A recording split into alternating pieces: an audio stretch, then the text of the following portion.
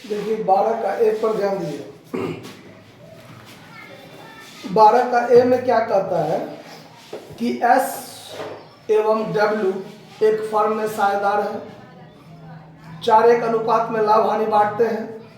31/3/2016 को जिस दिन उसका आर्थिक चिट्ठा दिया हुआ है जो निम्न प्रकार था। लायबिलिटी साइड में कैपिटल है, एसडब्ल्यू का बैंक लोन है, क्रेडिटर है, और एसेट साइड में प्लांट, फर्नीचर, डेटर, प्रावधान घटा है, ट्रेडमार्क है, स्टॉक है, कैश है और एडवर्टीजमेंट सस्पेंस है।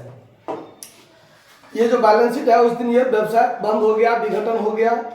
तो एसेट्स साइड में से ध्यान रखिएगा, ये जो एडवर्टीजमेंट सस्पेंस अकाउंट है ये एक काल्पनिक संपत्ति है।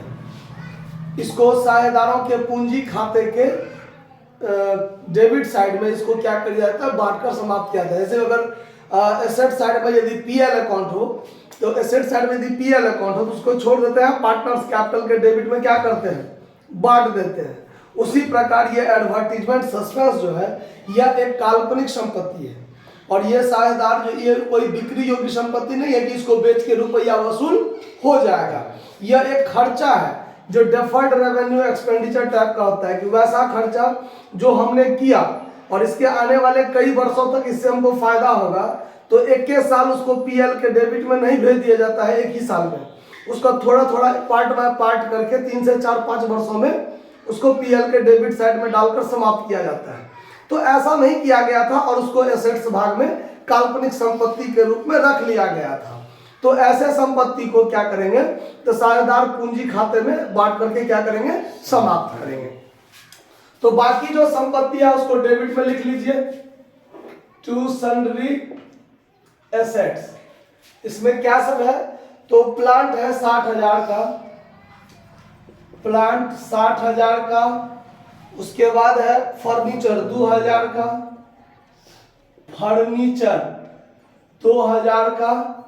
उसके बाद डेटर है 45,000 का और इसमें 2,000 का जो प्रावधान है उसको रिजर्व फॉर डॉटफुल डेट्स करके इधर 2,000 में लिख दीजिए, क्रेडिट साइड में 2,000 रुपया को। उसके बाद ट्रेडमार्क है 6,000 का, ट्रेडमार्क 6,000 का। उसके बाद स्टॉक 30,000 का, स्टॉक 30,000 का हो गया। उसके बाद कैश तो लिखेबे नहीं करेगा और एडवर्टीजमेंट पार्टनर्स कैपिटल के डेबिट में बटाएगा। तो अगर इस पूरा को जोड़ दीजिएगा तो जोड़ के हो जाएगा 60 और 40, 1,00,000, 1,30,000, 1,30,000, 1,36,000, 1,38,000, 1,43,000, यानी पूरे को जोड़ दीजिए 1,43,000। क्लियर। बाय सन्ड्री लायबिलिटीज में क्या होगा वो देखिए। बाय सन्ड्री लायबिलिटीज में आपका बैंक लोन है और क्रेडिटर है, यही है ना। बैंक लोन है 10,000 का और क्रेडिटर है 40,000 का, यानी कुल मिलाकर 50,000 का हो गया। अब विघटन प्रक्रिया में क्या हुआ देखिए, देनदारों से पुस्तकीय मूल्य का 90% वसूल हुआ। तो जब रुपया वसूल होता है तो by cash account assets realise लिखते हैं। इसमें डेटर से 90%, तो ये जो आपका 45,000 का डेटर है उसका 90% वसूल होगा, तो 40,500 वसूल हो जाएगा। आया बात समझ में। ध्यान रखिए, अगर यहाँ 43,000 हम दिए रहते, 43,000 मतलब 2,000 घटा के अगर 43,000 यहाँ दिए रहते, तब जो हम 43,000 का 90% वसूल करेंगे तो हमारा गलती हो जाएगा। कारण ये जो 2,000 का देनदार है जिसका प्रावधान किया गया है, आखिर उसका भी तो देनदार है, बुरा तो नहीं है, उसका भी तो कुछ वसूली होगा। इसीलिए यहाँ 45,000 का 10% वसूली होगा। अगर हम यहाँ 43,000 भी अगर लिखेंगे ना, फिर भी वसूली हम 45,000 का ही करेंगे। समझे बात। चलिए, व्यापारिक चिन्ह ट्रेडमार्क से 4,000, ट्रेडमार्क से 4,000 रुपया वसूल हुआ है। गुडविल को 5,000 में बेचा गया। गुडविल देखिए बैलेंस शीट में नहीं था पहले, गुडविल था बैलेंस शीट में पहले नहीं, लेकिन उस समय में इसका वसूली हुआ 5,000 रुपया वसूली हुआ, लिख देंगे 5,000। उसके बाद देखिए सवाल में आगे कहता है प्लांट और स्टॉक एस के द्वारा 72,000 18,000 लिया गया। तो यहाँ थोड़ा सा जगह छोड़ के कि और कोई संपत्ति से वसूली होगा, इसलिए जगह छोड़ दिए हैं। आगे एस ने ले लिया तो by S capital account, cost में एसेट्स टेकन लिख दीजिए। स्टॉक ले लिया और फर्नीचर ले लिया। स्टॉक और फर्नीचर यही लिया ना? नहीं, प्लांट और स्टॉक लिया है, प्लांट और स्टॉक लिया है, प्लांट और स्टॉक। तब प्लांट लिया है 78,000 में, 72,000। प्लांट लिया है 72,000 में, स्टॉक लिया है 18,000 में, यानी कुल मिलाकर कितना में ले लिया? 90,000 में ले लिया। एक अलिखित संपत्ति जिसका अनुमानित मूल्य जो है वो 3,000 था, 1,000 में बेचा गया। तो अनरिकॉर्डेड एसेट्स से रुपये का वसूली हुआ। तो यहाँ पर अनरिकॉर्डेड एसेट्स लिख दीजिए। 1,000 में 2,000 वसूली हुआ, 1,000, 1,000 लिख दिए। और लेनदार द्वारा उनके दावे के पूर्ण भुगतान में 400 की छूट मिली। तो अब तो लेनदार का भुगतान है, तो लेनदार का भुगतान इधर होगा। To cash account liability paid. Creditor 40,000 का था, अब भुगतान करते समय 400 का छूट मिला तो 39,600 भुगतान होगा। और बैंक लोन के बारे में सवाल में कहीं कुछ नहीं कहा गया है, तो वो बेचारा 10,000 का 10,000 लेगा कि नहीं लेगा? पूरा का पूरा लेगा। तो जोड़ के हो गया 49,600। और ये पूरा को जोड़ दीजिए तो देखिए जितना संपत्ति था सब संपत्ति से वसूली हो गया। प्लांट ये ले लिया, फर्नीचर यहाँ वसूल हुआ। 1 मिनट, फर्नीचर कहाँ वसूल हुआ? फर्नीचर के बारे में कहीं नहीं लिखे हम लोग, यही चीज मिलान करना होता है। देखिए सवाल में फर्नीचर के बारे में कहीं लिखा हुआ भी नहीं है, नहीं लिखा हुआ है, और हम कहीं वसूली भी नहीं किए हैं। देखिए प्लांट का वसूली हो गया, डेटर का वसूली यहाँ हुआ, ट्रेडमार्क का वसूली यहाँ हुआ, स्टॉक फल्ला साझेदार ले लिया, अनरिकॉर्डेड एसेट्स तो लिखा हुआ था ही नहीं इसीलिए वसूली हुआ तो करेंगे, गुडविल नहीं लिखा हुआ था वसूली हो गया तो करेंगे। लेकिन ये जो फर्नीचर है इसके बारे में कहीं वसूली दिया हुआ है सवाल में? नहीं। और ये भी तो नहीं कहा गया है कि फर्नीचर को मूल्यहीन माना गया, उससे 1 रुपया वसूली नहीं हुआ, ऐसा तो नहीं कहा गया है। मतलब फर्नीचर से वसूली होगा तो फर्नीचर से वसूली करेंगे। फर्नीचर से जितना दाम है उतना ही वसूली होगा, लेकिन होगा। जैसे लायबिलिटीज के बारे में, भुगतान के बारे में कुछ नहीं कहा रहता है तो हम पूरा भुगतान करते हैं ना, उसी तरह से अगर कोई मूर्त संपत्ति होगा, मूर्त संपत्ति जिसका वास्तविक रूप रंग आकार प्रकार होता है, अगर गुडविल यहाँ लिखा रहता और उसके वसूली के बारे में नहीं रहता तो वसूली नहीं करते। लेकिन गुडविल इसमें नहीं है लेकिन वसूली हुआ है तो कर किए हैं। वैसे यहाँ फर्नीचर है मूर्त संपत्ति, उसके बारे में वसूली के बारे में कुछ नहीं कहा गया है तो हम पूरा वसूली करेंगे, क्योंकि उससे कुछ ना कुछ तो वसूल होगा।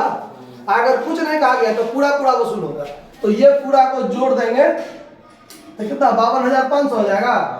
5 4 9 1 10 40 50 2 52,500, तब 52,500 वसूली हो गया। ठीक है, अब वसूली व्यय है 2,000, तो यहाँ पर टू कैश अकाउंट एक्सपेंस दे दीजिए कितना? 2,000। बस हो गया, बात खत्म। अब इस पूरा को जोड़ घटाव कीजिए, देखिए प्रॉफिट होता है कि लॉस होता है। अब क्रेडिट साइड को जोड़कर देखिए पहले कि ज्यादा है कि डेबिट साइड ज्यादा है।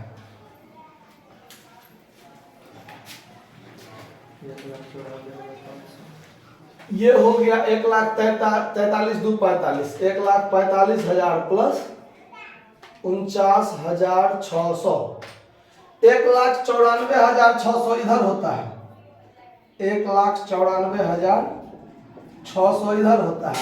इधर देखिए कितना होता है, इधर होता है 52 है, ये 1,04,000, 1,94,600 इधर भी हो जाता है कि 500 कितना?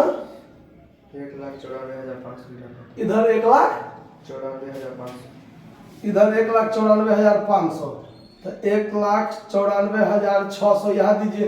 तो इधर कितना का लॉस हुआ है? 100 का लॉस हुआ ना। आंसर में देखिए, आंसर में 2100 किया हुआ है, तो आंसर इसमें गलती है। इसलिए गलती है कि सवाल में फर्नीचर के वसूली के बारे में नहीं दिया हुआ था, नहीं दिया हुआ था, और सवाल में कहीं ये भी नहीं कहा गया है कि उससे वसूली नहीं हुआ, तो हम उससे वसूली करेंगे। जो आंसर बनाया होगा वो इसके बारे में चर्चा नहीं किया होगा, तो 2100 रुपया का लॉस होता, ठीक है। लेकिन वास्तव में लॉस कितना का होगा, 2100 रुपया का लॉस होगा। तो यहाँ पर by all partners capital account loss, S और डब्ल्यू बांट लेगा तो 80 रुपया और 20 रुपया होगा। इसमें आंसर गलती दिया हुआ है, समझ आए बात, आंसर गलती है। इसको आप लोग भी समझ लीजिए, नोट कर लीजिएगा किताब में, क्योंकि अगर फर्नीचर के वसूली के बारे में सवाल में नहीं दिया हुआ है तो वो वसूली नहीं किया है, इसीलिए ना 2000 ये और 100 ये 2100 का लॉस हुआ है। अगर हम ये वसूली नहीं करते तो यहाँ 85,500 लिखते ना, तो यहाँ पर हमको 2100 का लॉस आता कि नहीं आता, लेकिन वो गलती करते हैं हम लोग। किताब में आंसर क्या है, गलत है। अगर नियम कहता है कि अगर मूर्त संपत्ति के वसूली के बारे में नहीं कहा गया हो तो उससे पूरा पूरा वसूली होता है। जैसे कर्जा के भुगतान के बारे में नहीं कहा रहता है तो पूरा पूरा भुगतान करते हैं।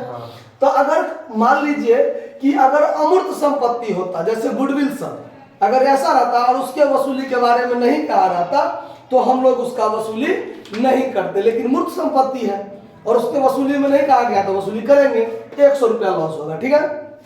अब चलिए, अब पार्टनर्स कैपिटल अकाउंट देखते हैं।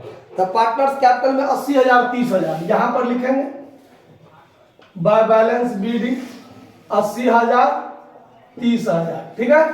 अब क्या करेंगे, ये देखिए, साझेदार कहीं कोई संपत्ति नहीं लिया है, एगो लिया है, एस लिया है, तो एस लिया है तो डेबिट में to realisation account assets taken, S लिया है 90,000 में लिख देंगे, डब्ल्यू नहीं लिया है। लॉस है, लॉस को डेबिट में बांटेंगे, टू रियलाइजेशन अकाउंट लॉस, 80 रुपया यहाँ 20 रुपया यहाँ, और कुछ नहीं है। एसेट साइड में देखिए, एडवर्टीजमेंट सस्पेंस 5000 था, ये डेबिट में बटाएगा, टू एडवर्टीजमेंट सस्पेंस अकाउंट 4000 2000 6000 था किधर, 5000 था, तो 4000 और 1000 ये बटा जाएगा। चलिए, और कुछ नहीं है, फाइनल पेमेंट कर दीजिए। अगर फाइनल पेमेंट करेंगे तो देखिए 90 4 94,080 इधर है, तो यहाँ भी 94,080, और ये अगर हटा देंगे तो 14,080 इसको लाना पड़ेगा बाय कैश अकाउंट ब्राउट, इसको लाना पड़ेगा। इसका ये 30,000 ज्यादा है तो यहाँ भी 30,000 लिखेंगे, और 30,000 में से 1,000 गया तो 28,980 इसको पेमेंट होगा to cash account final payment. समझ गए बात। तो डब्ल्यू को पेमेंट हुआ और एस जो है वो लाकर देगा, तो आपका ये भी आंसर नहीं मिला होगा। 28,580 और ये 15,680, वो इसलिए कि उसमें लॉस को बांटने में ना गलती किया है, उसमें लॉस है 1680 या 420, इसीलिए आपको ये लफड़ा आया है। समझ में आया? चलिए अब बनाइए कैश अकाउंट। तो यहाँ पर लिखेंगे टू बैलेंस बीडी। तो टू बैलेंस बीडी पहले से कितना है, घटाने में गलती नहीं ना की, यहाँ देख लीजिएगा 28 से 29 और मिला के 30, ठीक है। अब चलिए, अब हमको बनाना है कैश अकाउंट। 14,000 का टू बैलेंस बीडी है, लिख दीजिए। अब यहाँ पर रियलाइजेशन में 52,500, तो 52,500 डेबिट में होगा to realisation account assets realise. इधर दो जगह है टू कैश, तो क्रेडिट में दो जगह होगा by realisation account liability paid 49,600 अब बाय रियलाइजेशन अकाउंट एक्सपेंस के रूप में कितना 2,000, और ये इधर इसको पेमेंट मतलब लाएगा, एस लाएगा to S capital account brought लाएगा तो डेबिट में 14,080, इसको पेमेंट होगा तो क्रेडिट में बाय डब्ल्यूज कैपिटल अकाउंट फाइनल पेमेंट 28,980। बस हो गया, दोनों साइड आपका बराबर हो जाएगा। देखिए कितना होता है, 14 दूना 28,080, 28,080 ये हो गया। अब प्लस 52,500, 52,500, 80,580, 80,580। इधर भी देखिए होता है कि नहीं, तो 49,600 आप प्लस 2,000 आप प्लस 28,980, 28,980, 80,580, दोनों साइड क्या हो गया, बराबर हो गया। समझ में आया बात? बस ये 2100, यहाँ 2100 है आंसर में, किताब के आंसर में, वो गलत है। वो इसलिए गलत है क्योंकि उसने फर्नीचर से वसूली नहीं किया था, और वो फर्नीचर से वसूली करना कंपलसरी अनिवार्य है। अगर कोई मूर्त संपत्ति हो और उससे वसूली नहीं दिया गया है तो पूरा पूरा वसूल होता है, ये बात को ध्यान में रखना है। इसीलिए उसका आंसर गलत है, आप लोग नोट कर लीजिएगा, सही कर लीजिएगा। धन्यवाद।